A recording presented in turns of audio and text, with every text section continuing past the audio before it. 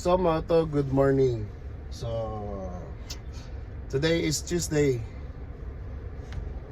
So wala man tay di pa man ta busy karon. So magpa-carwash usa ta sa tawang unit sa atong service. Kay medyo hugaw-hugaw na to. So medyo marumi na yung ating sasakyan, service natin. So ayan, Tagalog na yan ha. So mas maganda kasi paminsan-minsan lilinisin natin yung sasakyan natin kasi para at least hindi magtampo, di ba? Hindi magtampo yung sasakyan. Parang kasi itong tao gusto maligo, gusto maglinis ng katawan. Pag hindi mo nililinisan, yun, nagtatampo. So iba yung tampo ng mga sasakyan, masisira. Kaya aalagaan natin at iingatan natin yung service vehicle natin para naman iingatan din tayo sa kahit anong biyahe natin, no? So isa yun sa pinakamahalagang gawin kapag may service vehicle tayo. So maintenance natin, will maintenance natin, tapos lilinisan, papaliguan. Okay?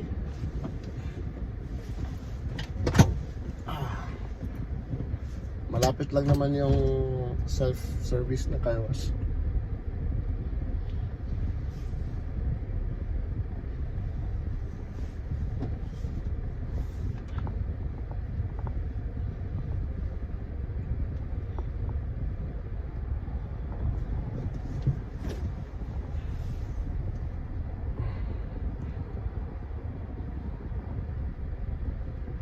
Madali kasing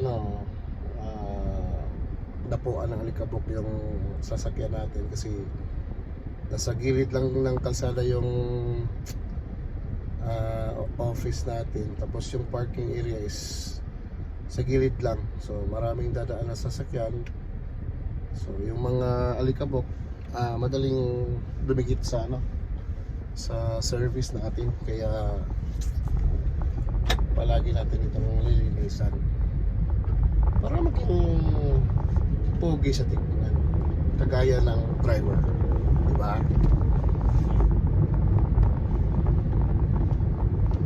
So malapit lang naman. So dito na tayo.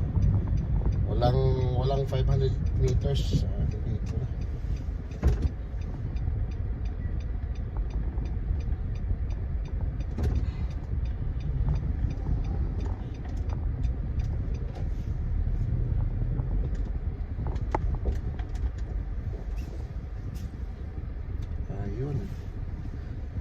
Nandito na yun.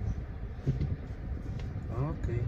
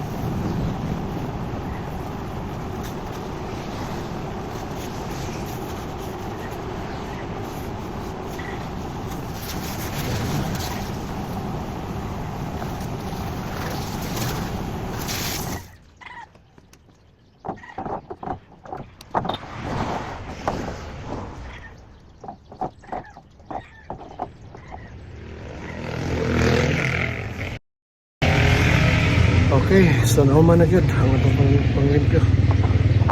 Ay, init, sobrang init. Pinagpapawisan ako. Pinagpapawisan. Okay, sobrang init. Di ko pa nga to medyo natapos yung paghuhugas kasi kulang tayo sa coins. Kulang tayo sa 5 piso. So doon na lang sa office natin to i-continue. Tatapusin natin doon yung paghuhugas natin. Kinapos tayo ng coins. Wala ng coins. So uwi muna tayo. Ang importante na ano natin yung alikabok. So doon na natin tatapusin sa office para maano natin ang tubig. Panlawan, kumbaga, mapanlawan.